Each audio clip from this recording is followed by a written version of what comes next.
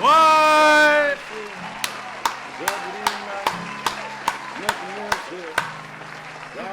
Yeah.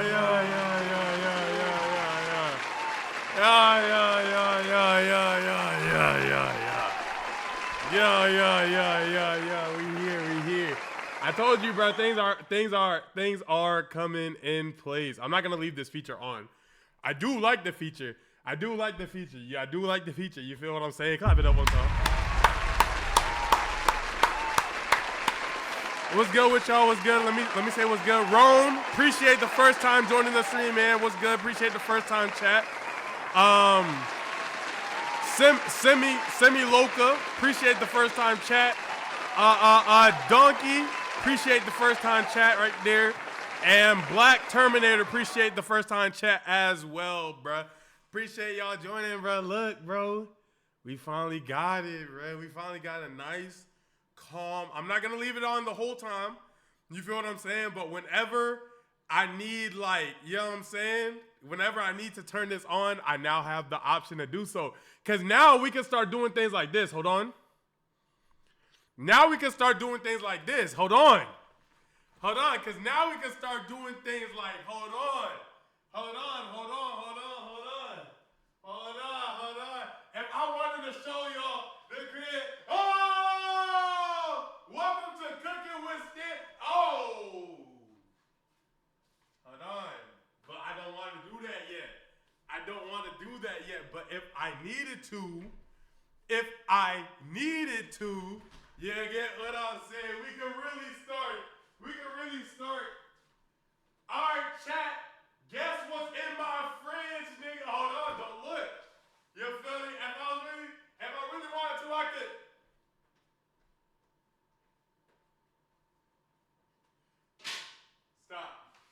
Stop.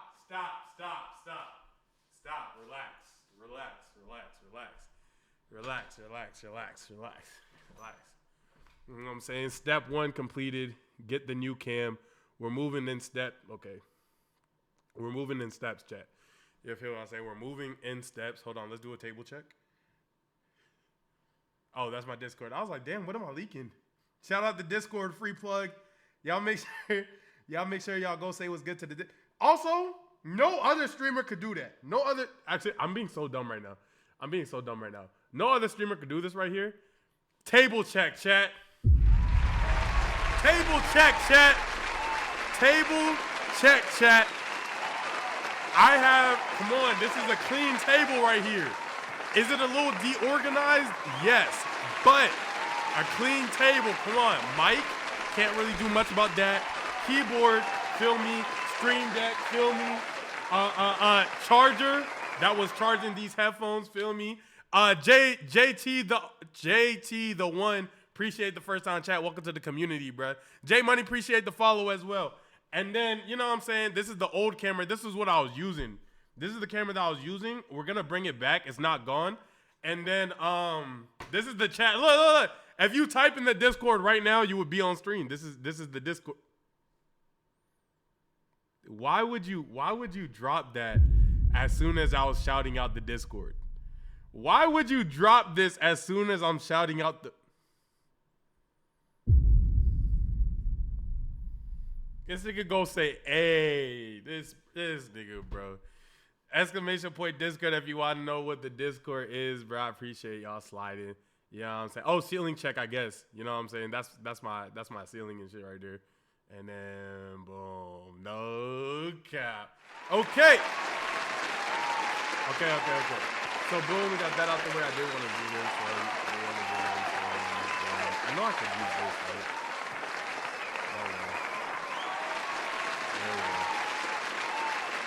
There we go. Okay. So I hate how y'all immediately. I hate how y'all.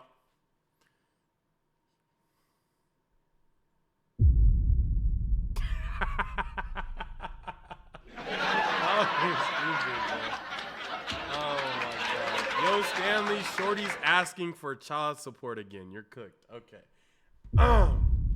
So we got on the table. We got 4 things to react to, and then after that, I'm gonna hop off of here, and then y'all are gonna see me on Yo-Yo's Jump for SXY. I got to do this stream real quick because But like I said, no. First and foremost, let me say this. Like I said, things are happening in parts. Okay, right now, one of the biggest parts. This isn't the biggest. One of the biggest parts was mandatorily I had to get this camera, and we finally got this camera. You feel what I'm saying? We finally got this camera. So that was part 1. Part 2 of I can't say. Part 2 is the next bigger part, but we have to. No, I'm lying. Part 2 of why I have to do this and get out of here really quick is because I have to start. You see what I can do right here? Boom. Hold on. You see that? Oh my gosh. Stanley's into TikTok. Come on, chat. Niggas don't be thinking ahead, chat.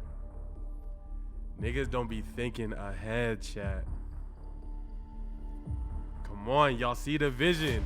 I can't. Come on, too much squirrels. Come on, too much. Somebody's seeing the vision. Somebody's seeing the vision, gang. Somebody's seeing the vision. So boom, I can't stay on here too long because I was making sure that I fully understood this for stream. Okay, I was making sure I fully understood this for stream. The next thing that we're about to start attacking is platforms. You get what I'm saying? So I'm gonna do this, and in between the time I do this and go to SXY, I'm gonna be figuring out more things about this camera so that I could start doing short form content. You know what I'm saying? My short form content. We're gonna dibble dabble, and we're gonna find a spot that fits for us. We're gonna try some things for the first few blocks. I don't know when the first time that's gonna start going up, but it's gonna start going up at some point. And then step 3 is gonna happen, and then step 4 is gonna happen, and then step 5 is gonna happen. But so this is now step 1, and then step 2 is coming, and then gaming's coming, and then editors and all that stuff and all that, and the community and at first I was gonna make a second channel for all the events, but I think what I'm gonna do is I'm just gonna post all the events that we are going to start doing here very, very soon. I'm gonna start posting all the events that we're doing on the Stanley live channel instead of throwing it up on some other channel. You get what I'm saying? But we are gonna start doing our events and getting in our event bag and things of that nature.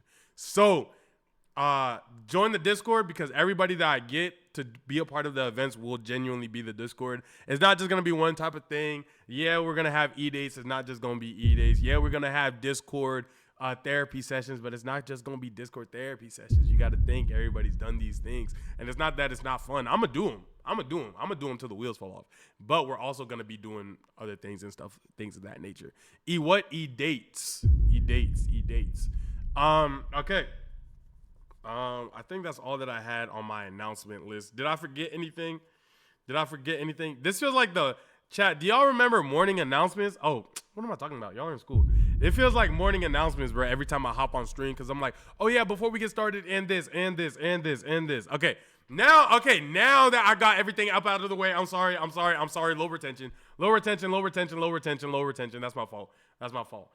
Oh, okay. Yeah. Okay, now we're gonna get to the video parts. Okay. Ready? What are E-dates? It's I bring a girl on stream, not to my house, maybe to my house, but not to my house. I bring a very attractive woman, and then I take a couple of people from my Discord, and they try to pick up the girl. They go through a couple rounds. The girl then picks which person that she ends up liking, and then y'all could fall in love in real life. I don't know. That's what you get what I'm saying? But whenever that happens, that will be then. Okay, let's get into the videos. Ooh, my house is kind of warm though. Do I turn on the heat?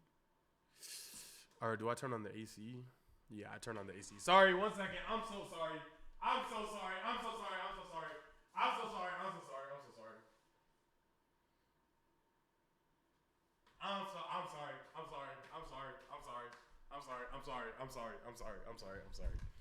Yacht. Okay, that's the last time I leave my camera on. The last time I get a new camera and y'all don't know how to act, bruh. All right, let's get into it. Welcome back to the Stanley channel, man. Today it's gonna be me, it's gonna be chat, and we are reacting to a video from the one, the only, the homie, Real Enigmas and Theories. Sinners Explained, hidden meanings and historical references. Now, if you haven't watched the Sinner movies, this will be your one chance only to leave, because I do get it. I just watched it the other day, and type shit. We gotta figure this out. You twins? Nah, we cousins. Growing up in the South, you hear cautionary tales of rattlesnakes hidden in the palmetto bushes, a time when blacks and whites shopped on opposite sides of the streets, and if you're like me, your grandmother would randomly break out into a humming spiritual tune while she was cooking, or right before she laid out a TED talk about the dangers of getting wrapped up into the worldly exploits of the streets and the devil's playground. Yo, can I say real quick, watching that movie was such an experience, bro. And genuinely, it's so crazy how I know that the man that I'm looking at right now is Michael B. Jordan. I am looking at Michael B. Jordan right now. But in the movie, not one time, not unless you're genuinely there like, oh, okay, here's Michael B. Like, you don't think of this man as Michael B. Jordan in the whole movie. And the reason I'm bringing that up is because it's such a testament to how good his acting is. And I want to say that because, bro, he's like, shout out Ryan Coogler too, because he freaking directed the hell out of this movie, filmed the hell out of this movie. This movie all around was fantastic. But the acting in this was phenomenal, bro. I'm not even someone who I think is able to point out good acting from bad acting or anything like that. But I'm saying, like, I was really sitting there like, damn, the character he's portraying is so cool that I wouldn't mind being a little bit like, bro. Like, and I want you to know, for me to have that thought process, I've never had that thought process. It's really hard once you become a bigger actor, especially like the type of way that you become said big actor, for your reputation to not supersede whatever role you're in. You get what I'm saying? And he's doing a fantastic job of managing that. This film touches on all of those nostalgic morsels, from the music, set design, to the awesome performances from a very talented cast. And we have to address some of the not so hidden symbolism within the film, right? And also the choice of historical nuances. Sinners is here, and I had to drop everything to go see it in the theater and join you all here to talk about it. I'd like to say thank you all for watching, and if you're new to Real Enigmas and Theories, welcome. Just so you know, this video will contain spoilers for the Sinners film. So without further ado, let's pull out those magnifying glasses and cook. How am I already underwater? I'm in the... I spent all my money on... same boat. I'm in an actual boat. Spent all my money on the ticket for the movie, so, you know, type shit. Let's pull out those magnifying glasses and cook. Now, Sinners is a greatest mixture of From Dusk Till Dawn, the movie Life with Eddie Murphy and Martin Lawrence, Salem's Lot, and Brother, Where Art Thou? Right. You could add a couple more to this, but the film actually stands out on its own, in my opinion. It's an instant classic. Hey, and I'm not gonna lie, Lil Bro can sing. Oh my gosh. I'm calling him Lil Bro. He's probably older than me. But Lil Bro can sing. Oh my gosh. About twin brothers. Yeah, they're my cousins. Nah, I might have to be on the second Sinners chat. I ain't gonna lie. Others, Elijah and Elias Moore, infamously known as the Smokestack Twins or Smoke and Stack. Wait, for everybody in the chat who watched, am I more smoke or am I more stack? Talk to me. Am I more smoke or am I more stack? You feel what I'm saying? I'm feeling like I'm more like a nice median. Like I feel stack.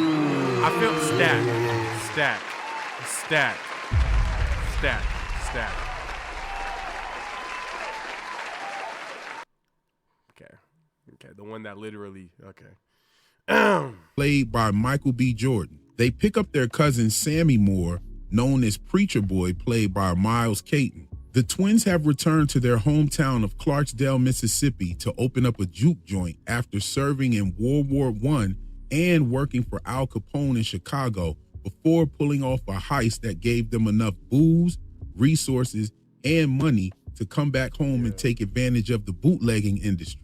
Their little cousin Sammy was the missing piece with his obvious musical abilities and his not so obvious ancestral inheritance of being a griot. The film starts off by giving us a bit of lore about griot. Griot or griots aren't just performers. They're custodians of ancestral memory. They remember the lineage of kings, the triumphs of ancestors, and the wisdom that's buried in time. Other cultures around the world had their versions of the same ancestral human libraries. In Ireland, they were called the Fili, and in Choctaw land, they were called firekeepers. This ability in the community is very sacred, and it can attract abundance, but it also can attract evil.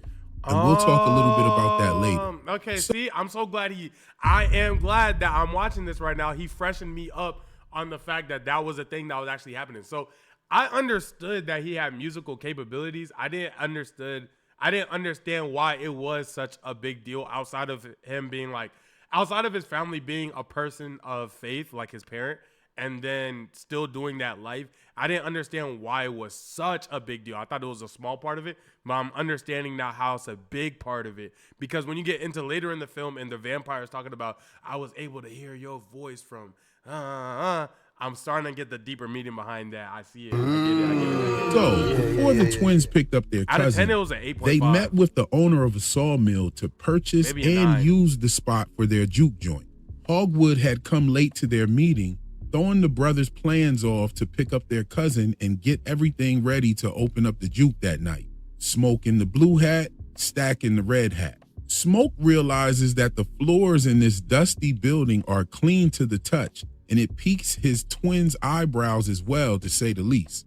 Hogwood takes the money and a caution from Smoke not to make any attempts to get any more money out of them or to enter their property or be met with full force. Hogwood offers the notion that the clan had been disbanded and the boys have nothing to worry about. I want to stop right here and bring a bit of historical context to what's going on. Bro, when I saw this rattlesnake, bro, To worry this about. rattlesnake I want to stop right here, bro, I literally, in the movie, bro, I'm not going to lie, bro, it got me.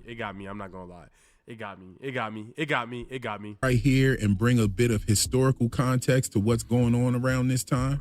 After World War I ended in 1918, a wave of black soldiers returned home expecting greater opportunity and respect after fighting for America overseas. Instead, they faced brutal racism, job discrimination, and violent backlash, especially during the Red Summer of 1919, when race riots exploded across dozens of United States cities. Many black veterans were barred from getting steady work, blackballed from unions, and targeted by white supremacist groups. Right. In this harsh environment, organized crime became a pragmatic route to survival for some of these black veterans. I mean, these guys had military training, they knew tactics, discipline, logistics, and how to use weapons as well.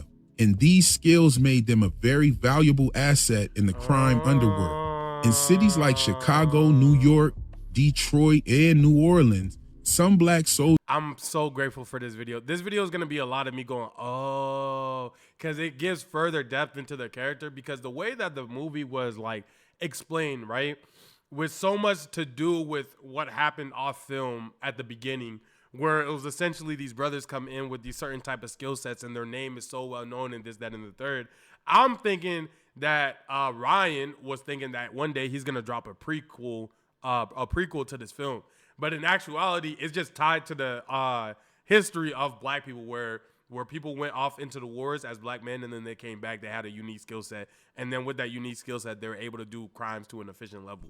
That makes sense. Soldiers started working as security for speakeasies, running bootleg operations, and acting as the muscle for number rackets. Or they even managed the gambling dens themselves.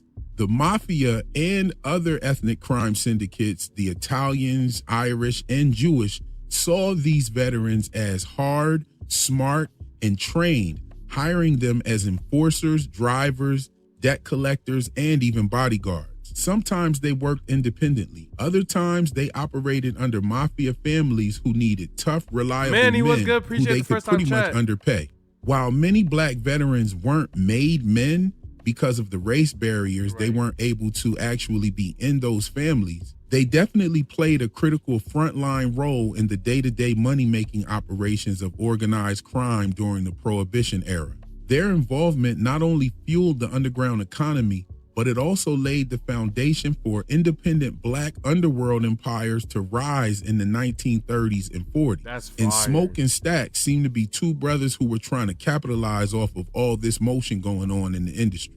Now, on the other hand, October 15th, 1932, sat at a pivotal crossroads in American history, right at the heart of the Great Depression and those final throes of Prohibition. Franklin D. Roosevelt was aggressively campaigning against Herbert Hoover.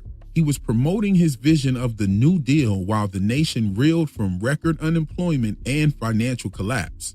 Meanwhile, the streets were ruled by bootleggers and gangsters taking full advantage of Prohibition's chaos. Organized crime families were rapidly evolving, and with the dude like Al Capone in prison, new figures like Frank Nitti, Dutch Schultz, and Lucky Luciano were getting busy to solidify power. In fact, the groundwork for the mafia's infamous National Commission was quietly being laid during this period, forever altering the criminal underworld's business model. Beneath the surface, America was undergoing an invisible but unstoppable shift, from broken institutions to new experiments in government power, from gangster street wars to organized crime syndicates, and from the Prohibition era secrecy to a new, more openly lawless capitalism. I love that Coogler chose this time period for the film because it's one of the most pivotal moments in American history, a crossroads, if you will. Smoke and Stack were visionaries at a time when get in where you fit in was a make or break motto. So Hogwood being late to that meeting made the twins have to call an audible by splitting up, with Smoke taking the truck with the equipment into town, securing the food, and getting some help from Bo and Grace Child, while pretty much letting it be known that the Smokestack twins were back in town and they meant business. He hires a young girl off the street to watch his truck while he handles business with the Childs, and he gives her a lesson about negotiation. And we'll talk a little. This part had me cheesing, bro. This is what I'm saying, bro. The acting in this was so good where he was like, hold on, no. You don't just say yes to the first da-da-da. We're talking numbers. Numbers got to be in conversation with each other. I'm going to say a number. Now you say a number. 15. But that's just not going to work for you. You know what I'm saying? So now you're going to throw me 50. And then he was like, the best that I could do is da-da-da-da. That joke was fire, bro. That joke was fire, bro. I'm watching that. I'm like, damn, bro. How do you even write like that, bro? No cap. A little bit about that later. He shoots two guys trying to rob his truck in broad daylight. Meanwhile, Stack and Sammy go to find more music talent and put the word out about the grand opening at the local train station. That's where they find Delta Slim being played by Delroy Lindo. Sammy bumps into a young lady named... She was fine as hell.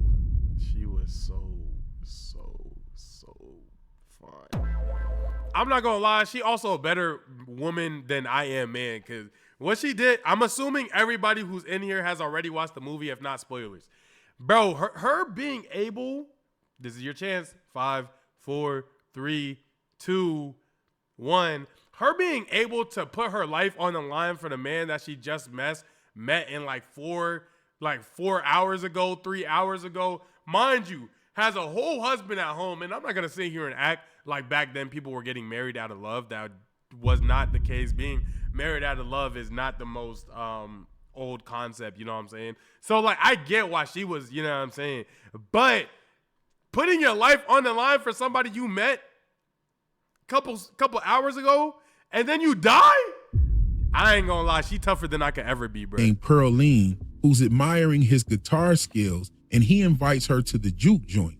Stack also runs into one of his old... She was also fine as hell. I ain't go cap, bro. She was flames awesome. Named Mary, who still loves him, and he obviously has a soft spot for her as well. Both women are married, by the way. sinners. Now, Smoke heads over to his old flame's house, Annie, who he shares the loss of a child with, and she happens to be a practitioner of hoodoo in the local community.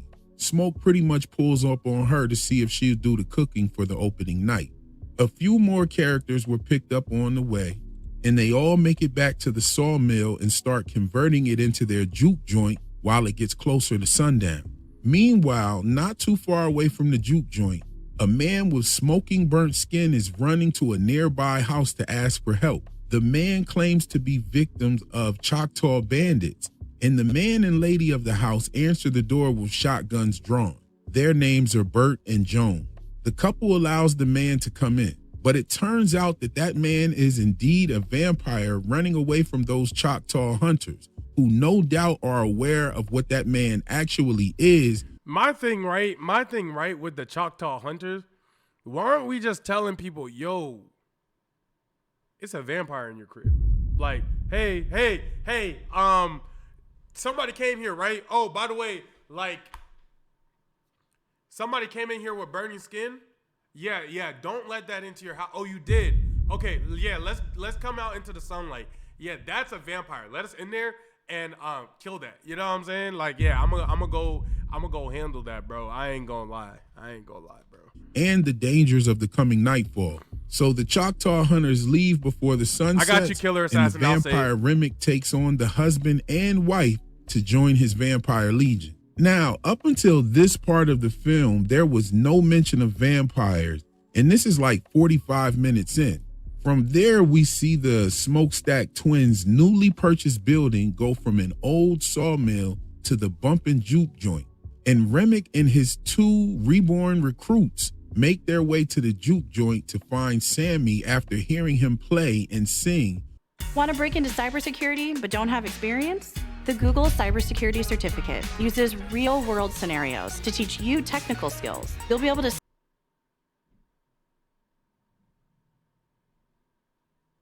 which is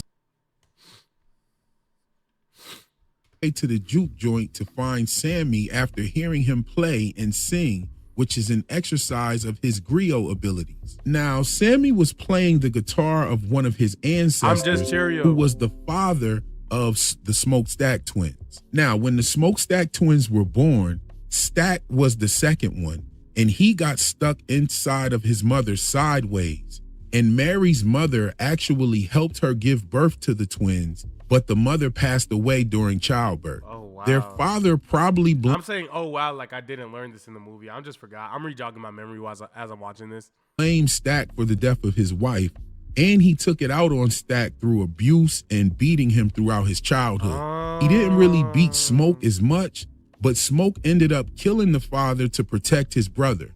So both parents' lives were ended in connection with the twins, Stack with the mother during birth, and Smoke with the father protecting Stack. Wow. Sammy, having this connection to the guitar, coupled with his gift, played a tune that ended up being my favorite scene of the film. Sammy taps into his abilities on the stage in front of the entire juke joint and begins summoning spirits from the past and future. This scene was nothing short of an amazing cinematic masterpiece. Bro, if I was in that movie theater alone, I would have got up. This right here, when I seen the rock and roll, when I seen the hip hop, when they started changing the clothes, when they started doing the African, even native tribal dances, when all of that, bro, this scene right here was amazing. Oh my gosh. This video went from a walkthrough to letting me relive this movie, bro. This scene was amazing. Sammy's gift in the way it was depicted on the screen, along with the different musical undertones woven through time and culture, for me. The biggest thing is it didn't feel out of place. That's such an easy scene to make feel out of place with the movie, but they did a good job of portraying it and not overdoing it at the same time. This was great. This was the visual highlight of the film. It reminded me of that episode from the Wu-Tang American Saga on Hulu. Remember the scene with Stack and Smoke when Stack said, "I can't do that without you"? Bro, yes. When the RZA was sampling and he was able to summon the ancestor who actually turned him on to the records that he was sampling. In that scene, they were displaying the RZA's griot abilities, And like the film Sinners, they also use the firefly symbolism, which in West African cultures represents the messengers between the Orun, or spirit realm, and the Aye, or earth. Even in Choctaw culture, fireflies represent the embers of the ancestors believed to guide the travelers at night. And it was at this point of the movie where things really start heating up, because it was Sammy's gift that actually attracted Remick to the juke joint. I mean, they even used the firefly symbolism when the monsters got cornbread. The fireflies were all over the place. And it was such a sweet touch because the vampire's eyes glow, and they intertwined the fireflies with the vampire's eyes glowing in the background. I thought it was such a dope horror touch. It wasn't actually stated in the film, but Remick also appears to possess the gifts of the Philly, much like Sammy does. One thing I absolutely loved about this film was the usage of actual common vampire lore. I mean, you're staying true to the roots of the Deep South and the story of the sharecroppers and the historical aspect of it. Why not just stick to the plan with the vampire lore as well?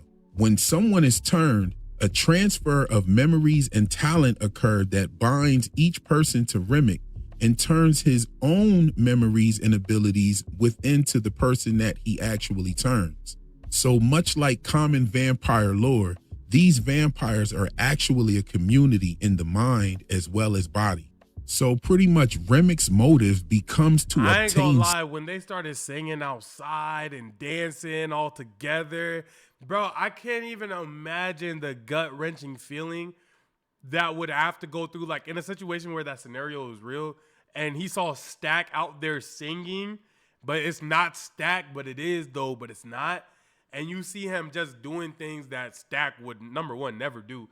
And it's just, that has to hurt a different way. Same thing with the girl who lost her husband. Also, oh my gosh, that Asian woman, whatever bro, she is single, bro. Not only is that Asian woman the reason that look, yeah, bro, she didn't want to go to the party, no way. She was like, yo, your money always come with something. At the end of the day, she bargained it, she went. I ain't gonna lie. At the end of the day, she bargained the deal for her price, she went. Even though the husband was like, yo, but it's bread on the line. She was like, and then he started showing money, and she was like, you feel what I'm saying? Boom, okay. You sent your husband outside. He said, let's wait in here and help Smoke and Snack out. You sent him outside to leave. Yeah. That's strike one of why your daughter is now probably going to be adopted or eaten. Or she's probably a vamp right now. No Cardi. Then, number two, when all the vampires were getting loose, all outside, you couldn't hold your cool enough. You couldn't hold your cool enough. And you told all of them to... I can't say it just in case the vamps are watching. She told all of them... So then everybody in there starts dying because of you. And you want to know who her one body was? Her husband. You want to know who her second body was? Herself. She let herself be burned alive. She didn't even try to fight more than one vampire. She let herself get burned alive. Took out the one vampire that she made. And now her kid is probably either packed up, gone, or with no parents. And it's literally all, and she could have just kept her cool when she was offered money. And she could have just kept her cool when the vamps were singing. And she could have kept her cool when they were fighting. And she could have kept her cool when Stack died. It's just like, bro, she blew me, gang. Like, when you really think about it, bro, like, W moving the plot forward for her. But that was a great casting because she really did blow me. But that just means she did her job. Sammy's gift and give Sammy his gift. And he states this close to the end of the movie. Remick actually tells Sammy this at some point. Remick also displays his abilities once he's gotten most of the people from the juke joint turned into vampires. He does this super dope rendition of the Rocky Road to Dublin, which is a song about the struggle of poor Irish folk making their way to Dublin, like a promised land of sorts. Now, let's take this time to examine something about the film that stood out to me heavily before the release of the film, and that's how they promoted it. Each of the character promo photos for the release stated, "We are all sinners," which made me immediately think of Catholicism. Catholics believe that we are indeed all sinners, even newborn babies, and we need God's grace for our entire lives. Slim even calls himself a sinner. Sammy rebels against his father and the church. Mary and Pearline were both married women who committed adultery. Right. Well, you get the picture. Near the end of the film, Remick catches Sammy and begins to perform an unholy baptism of sorts, and Sammy starts to recite the 23rd Psalm, and Remick joins him, stating that he remembers these very words being forced on his people. Oh, he's talking about when the vampire got Sammy in the water towards the end of the movie and what was happening with him being dipped in the water. By men who invaded their lands. Now, this is where the Catholicism actually comes in. Catholicism hit Ireland hard around the 5th century, mainly through missionaries like St. Patrick, who himself was actually a British Roman. Now, if Remick remembers this, he was alive around that time. Either that, or he has the memories of whoever turned him into a vampire that may have experienced this. Who knows? I don't know.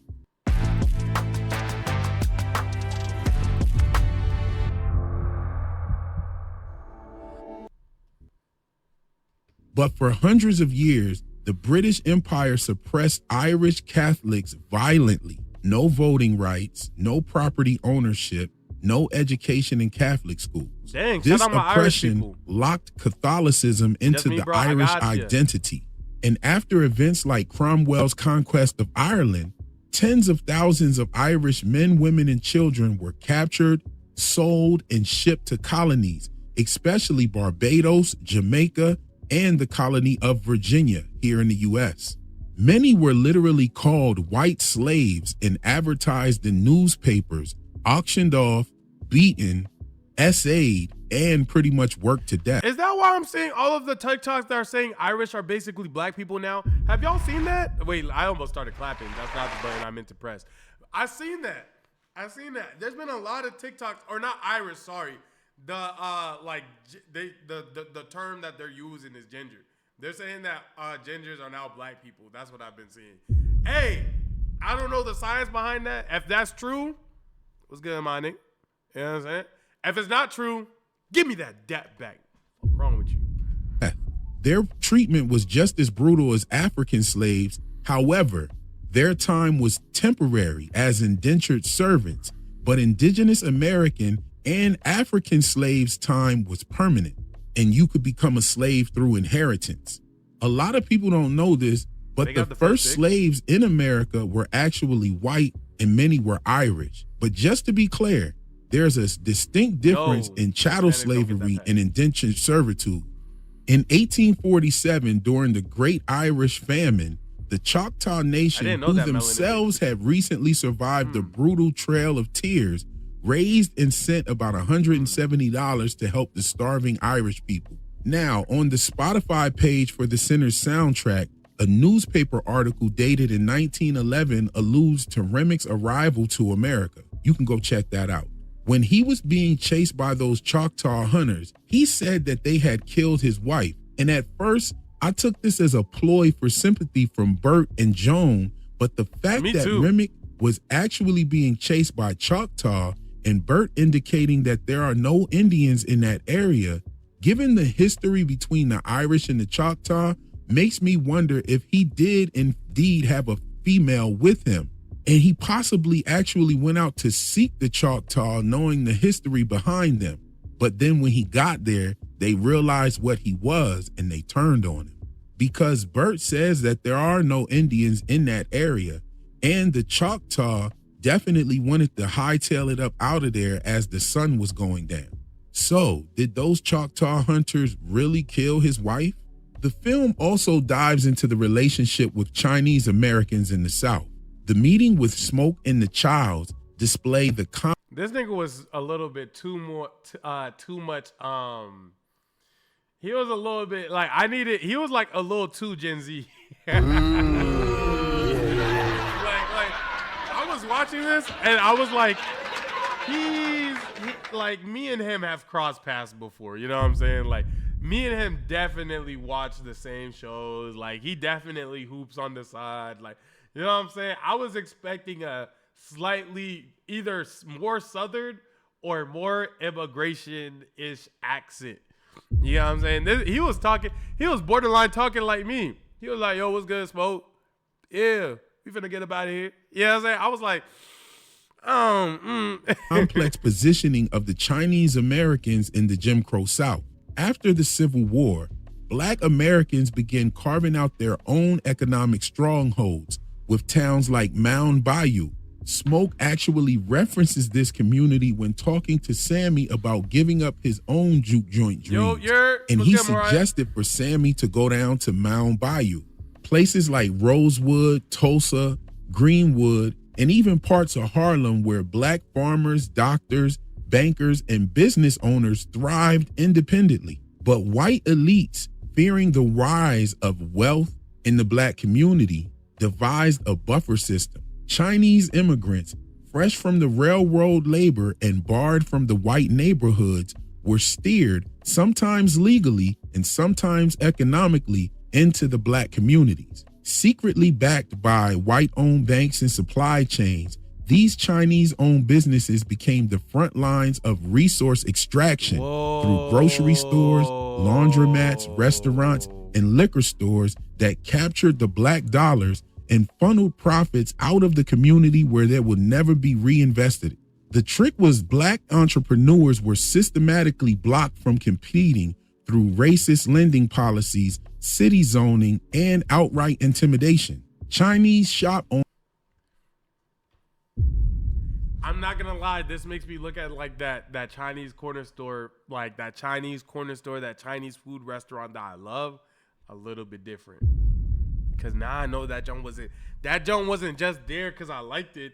It was put there for me to like it.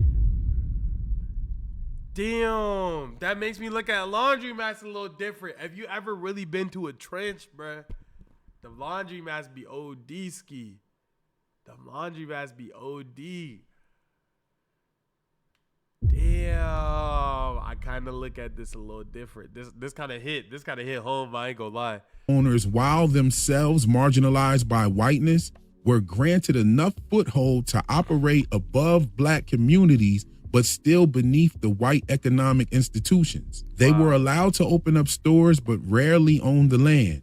Their capital, the banking, the legal protections flowed through the white networks. Meanwhile, Black residents had no real local ownership of their own. No supply chains, no food sources, or even basic service. They were trapped in a constant consumer role, steadily bleeding out the wealth with every dollar spent. And a lot of that still goes on to this day. By the And that's why the supporting Black business thing is such a epidemic, where it's like, you need to do it because it's the only thing that'll get, if we could get enough of them, that'll mean enough Black dollars are circulating in the system to where we can start helping each other. No cap. The problem is our services haven't necessarily matched what we're asking people to pay for. You get what I'm saying?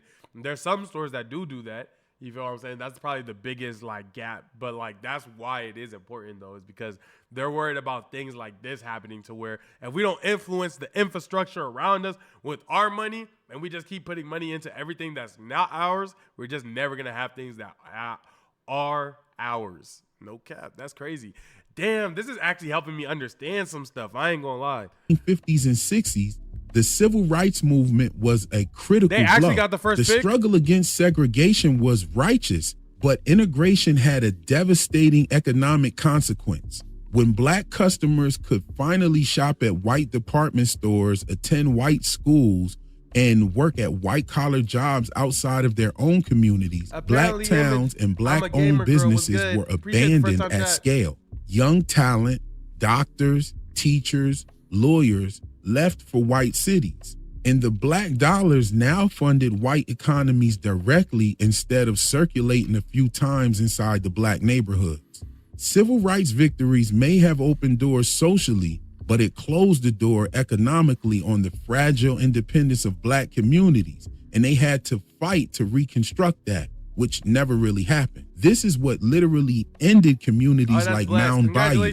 In the end, the two-step maneuver was complete. First, use the Chinese and other non-black immigrants to drain the growing black economy under the Jim Crow. Then, once black communities were weakened, finish the job with integration, siphoning the last drops of economic power into the white mainstream society. The tragedy is not that black Americans sought freedom. The tragedy is that the form of freedom they were offered was the one that dismantled their own systems of ownership, entrepreneurship, self-sufficiency, while leaving them more economically vulnerable than ever. In other words, shit was better before the civil rights movement. And then this is also where it gets tied into the situation of like me being like, oh, Asian people came over here as immigrants and then look what they built for themselves and things like that. And then they completely undercut and undermine the fact that this happened right here. What he explained right here. Where it's not even like necessarily, I'm saying, the Asian immigrants' fault or that they didn't work for their stuff, is the fact that even when black people did work for their stuff, to act as if the progress that they were making wasn't essentially destroyed or eroded away due to plans that they had in place. And then now judging us where we are at when other groups didn't necessarily have to face that same type of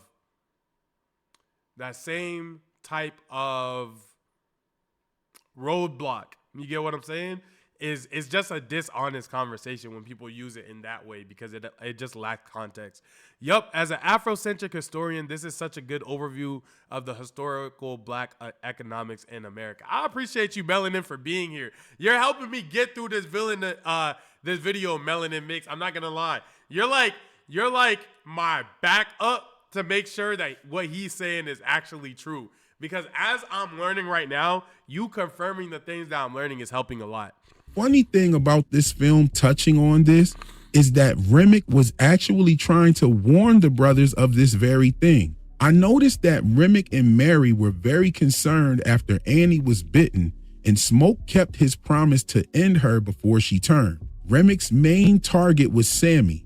However, he also wanted to obtain the memories and abilities of the hoodoo practitioner, but Smoke kept his word and ended Annie before that could happen. When you saw Annie shaking the bones on the gambling table, she had foreseen her future demise and didn't want her knowledge being used by Remick. Moreover, getting Annie into the fold would be a huge advantage in persuading Smoke to join, who would be another huge asset with Smoke's tactical skills alongside his newly vampire brother, keeping the pillars of Joaquin and Boaz intact. Getting the twins, Annie and Sammy, would surely seal the deal. And speaking of deals, Remick carried 2 gold coins with him and only offered them to the whites in the film. At first, the house of Bert and Joan, and then again outside the juke joint with Mary. Smoke and Stack also carried 2 silver coins with them. Call me crazy, but almost every time we saw the coins, they were in like a Vesica Pisces symbol. In ancient times, coins were used symbolically and ritualistically to represent a deal, a pact, or a contract. In ancient Greece, coins were placed in the mouths of the dead to pay the ferryman for passage across the river Styx. This was a spiritual deal, a coin for passage. In Rome, coins were buried or offered in deals to God's favor, victory, or prosperity. In China, ancient cash coins were not only traded, but used for spiritual deals, rituals, protections, and offerings to the ancestors. Even in West Africa, cowrie shells often acted like coins, and they were used in consulting the spirits about a deal or a decision. And we see many deals being made on the film. Sammy even notes to his father about how he's worked all week and him going out to play music is the trade for his hard work. Stack negotiates with Delta Slim about his compensation. No, I'm definitely thinking that every time before the like main parts or plots of the movie started, it was amazing to see these deals break down and to see the influence that Smoke and Stack had by their notoriety and how well they were able to play each character into being a part of the juke that night. Because literally everybody to start off outside of maybe Sammy were pretty much a bit hectic about helping them out. But way of words and money, they used that. And then also just figuring out what the person actually likes or wants or what can make them move. They knew how to play each character right to get them here raised. For opening night, Smoke enlightens the young girl outside about negotiating her time Appreciate and watching the truck. He also negotiates the prices with Lisa Child. And Smoke even makes a deal with his brother to let Sammy live out his life. Hell, even Hogwood tries to negotiate before Smoke unloads the clip on him. And as the old saying goes, you don't get what you're worth, you get what you negotiate. There's so much we could continue to discuss, like the choice of names for several characters, namely Elijah and Elias, which are two versions of the same name. Something else I noticed at the church was that the choice to invert the triangle above the door. I can't really show you here because I don't have like any 4K visuals of it. But one moment the triangle was pointing up to the roof, and then inside the church it changes. We could talk about the vultures that seem to show up everywhere and circle above as if they knew something were about to go down. We could talk about the Masonic symbolism with the songs about traveling, the twins being Joaquin and Boaz, Mary with the checkered pattern matching Sammy's poster in the background, even Cornbread being the Tyler at the door. We could talk about Stack coming in the room with that Biggie style. I didn't even know that that was Cornbread at the door. A Coogee sweater on and the 4-finger stack ring. Sammy living on to open up a club and name it Pearline. But we'll save some of this stuff for the conversation in the comment section. Anyway, let's give Ryan Coogler, Michael B. Jordan, and this entire cast and crew their flowers. Agreed. This film is an instant classic and a masterpiece. I agree. The cinematography, lighting, sound design, score, acting, symbolism, the storytelling, and the editing, all of that shit is top tier. The cinema experience. And I'm not even a get caught in the storm type of dude, bro. I genuinely only like things that I like, but I do like a lot of things. But I wouldn't just sit here and be like, yeah, I like Sinners because everybody likes Sinners. This was genuinely a good watch, man. Itself watching on IMAX made it feel like you were right there in the juke joint at some times. The creativity and folklore behind this film sets it apart from any other project set in this time period. Hands down. I give this joint a 10 out of 10. Let me know what you thought about the film in the comments. And if you like this video, go ahead and do all that dope YouTube stuff for me by tapping that screen a few times. No cap, bro. If you guys like the video, like his. Go over here, like his. Also like mine, bro. This movie genuinely felt like, if you haven't watched this movie, I think you're missing out. I'm not going to lie. I think you're missing out if you haven't watched this movie. It is genuinely one of the movies of the times. So take some time to go watch it. Sorry, my desk is standing up as I'm making this outro. And I'll catch you guys in the next video. Take some time to watch Sinners. And shoot, black people are amazing, man. No cap. All right, I'll see y'all in the next one. Goodbye. Peace.